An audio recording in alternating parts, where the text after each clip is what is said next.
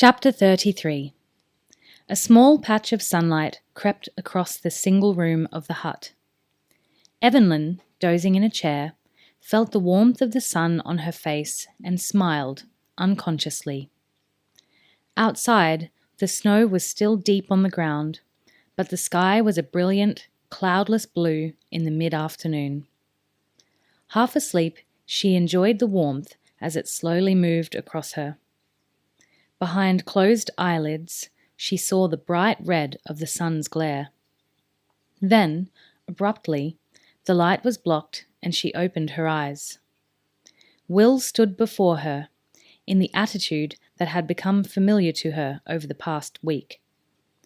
His hands were clasped together, and his dark brown eyes, once so alight with amusement and fun, held nothing but a wistful plea. He stood patiently, waiting for her to react, and she smiled at him, a little sadly. "All right," she told him gently. The faintest trace of a smile touched his lips, seeming for a moment to reflect in those dark eyes, and she felt a renewal of the surge of hope that had been growing within her over the past few days. Gradually, but noticeably, Will was changing. At first, as she withheld the drug from him, he had convulsed in those awful shuddering fits, only recovering when she doled out a small portion of the wormweed. But as the intervals between doses had grown longer and the doses themselves smaller, she had begun to hope that he would eventually recover. The seizures were a thing of the past. Now, instead of being ruled by his body as it craved the drug, Will was becoming more mentally attuned to a smaller supply. There was still a need there, but it was reflected in the pleading, almost childlike behavior that she was seeing now. After 3 days without a taste of the weed, he would come to her and simply stand in front of her, the message clear in his eyes. And, in response, she would measure out a helping of the ever-decreasing stock of drug that remained in the oiled cotton pouch. It was a race, she knew, to see whether his dependence would outlast the supply. If that were the case, she could see some hard times ahead for the two of them. She had no idea what his reaction would be if she refused him, but she sensed that further deprivation would result in another bout of uncontrollable shivering and crying. Perhaps, she reasoned, that was the next necessary stage in his rehabilitation. But, rightly or wrongly, she simply could not bring herself to witness that helpless, naked need again.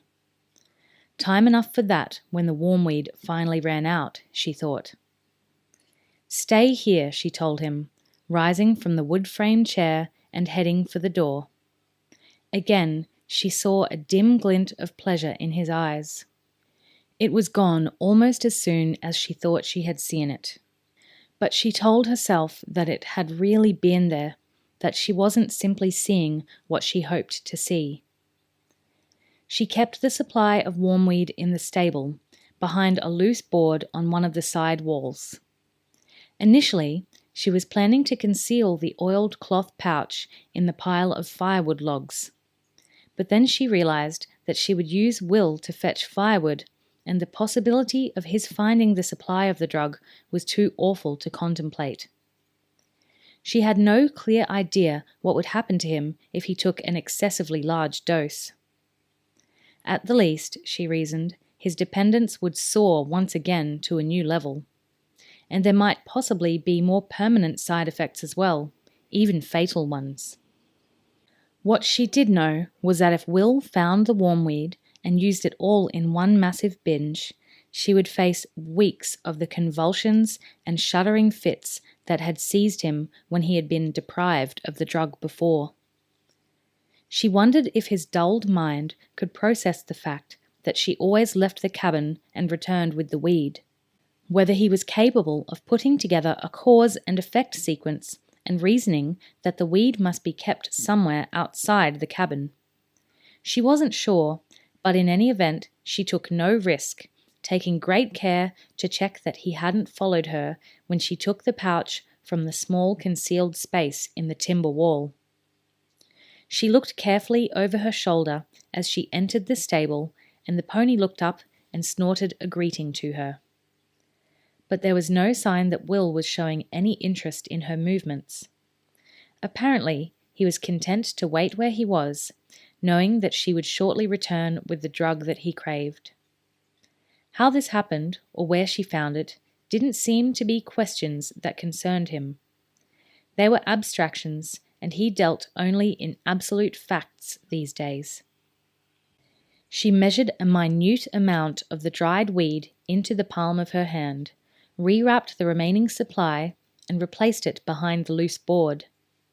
Again, halfway through the sequence, she turned suddenly to see if she might be being observed. But there was no sign of her companion, only the pony, watching her with liquid, intelligent eyes. "Don't say a word," she said to the horse in a lowered tone. Remarkably, it chose that very moment to shake its head, as ponies do from time to time. Evelyn shrugged after a second of startled reaction. It was as if the horse had heard and understood her. She replaced the pouch in the hollow and jammed the section of board back to conceal it. Stooping to the earth floor of the stable, she gathered a handful of dirt and smeared it over the jagged line that marked the join in the wood. Then, satisfied that the hiding place was concealed as well as it could be, she returned to the cabin. Will smiled as she entered, and, for one moment, she thought he recognized her from the old days. The old days, she thought ruefully. They were barely a few months ago, but now she thought of them as ancient history.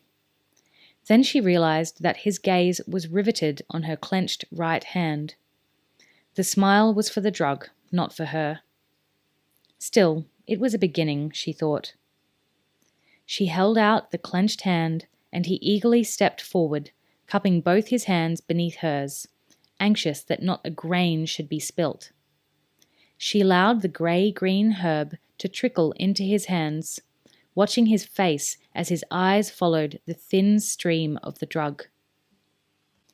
Unconsciously, his tongue darted across his lips in anticipation. When she had given him all of it, and allowed him to carefully brush the few minute crumbs that remained fastened on her palm into his own, he looked up at her and smiled again. This time, he smiled at her, she was sure. "Good," he said briefly, and then his gaze fell to the tiny mound of dried wormweed in his hand. He turned away from her, hunching over the hand as he brought it to his mouth. Evelyn felt the sudden glow of hope burn brightly within her once more. It was the first time Will had actually spoken to her in the time since they had escaped from Hellisholm. It wasn't much, just the one word, but it was a beginning. She smiled after him as he hunkered down in a corner of the cabin. Animal-like, he instinctively cowered away as he took the drug, seemingly nervous that she might take it from him. "Welcome back, Will," she said softly. But he said nothing in reply. The wormweed had him once again.